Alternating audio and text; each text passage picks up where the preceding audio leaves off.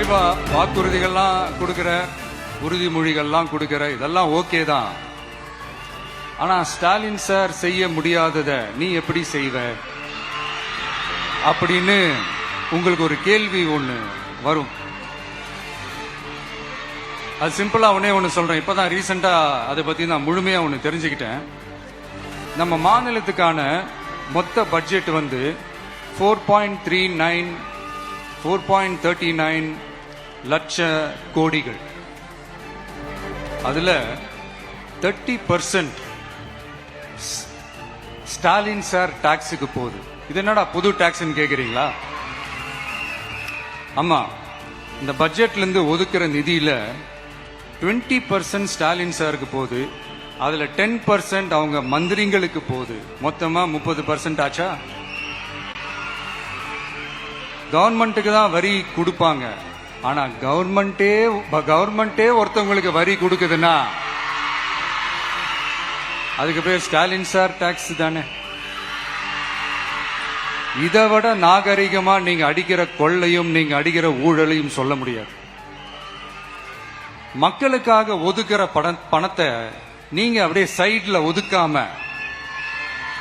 மொத்த பணத்தையும் மக்களுக்கே செலவு பண்ணிட்டா ஒரு சூப்பரான நல்ல அரசாங்கத்தை கொடுக்கலாம்ல.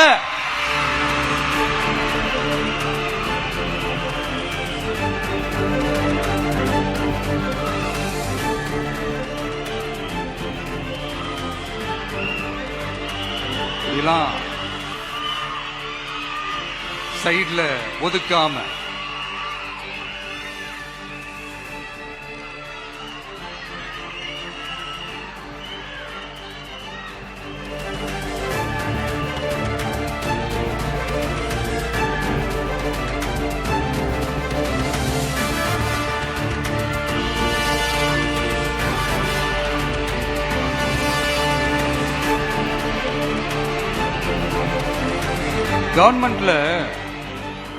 கவர்மெண்ட்ல காசு இல்ல அப்படின்னு சொல்றாங்க. ஆனா விடிய காத்தால எல்லார் அக்கௌண்ட்லயும் 5000 ரூபாய் போடுறீங்களா? அது எப்படி?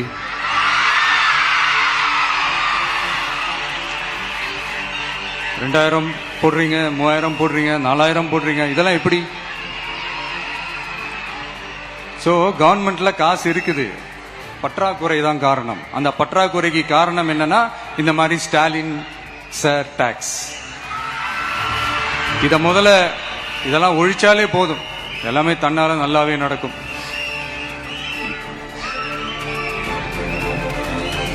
அப்புறம் ரீசெண்டா இருக்கிற நிறைய பிரச்சனைகள்ல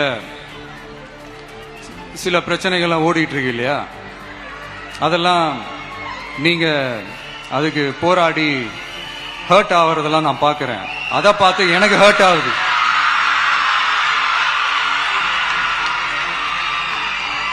அதெல்லாம் நான் பாத்துக்கிறேன்.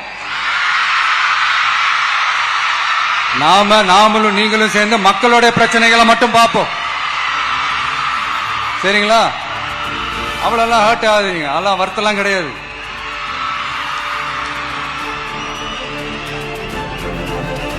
சரியா? கான்பிடென்டா இருக்கு, நல்லதே நடக்கும், வெற்றி நிச்சயம். மீண்டும் சந்திக்கும் வரை நன்றி, வணக்கம்.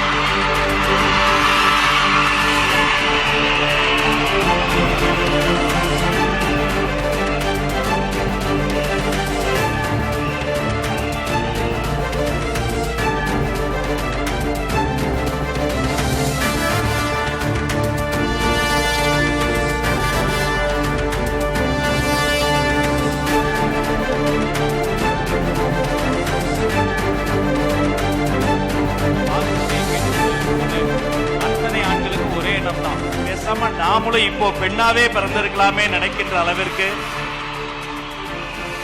நன்றி தலைவரே. எங்களுக்கு உண்மையிலே இன்னைக்குதான் மகளிர் தினம். மனமகிழ்ச்சியோடு வெற்றி வாக்குறுதிகளை மூளை முடுக்கெல்லாம் கொண்டு போய் சேர்ப்போம்.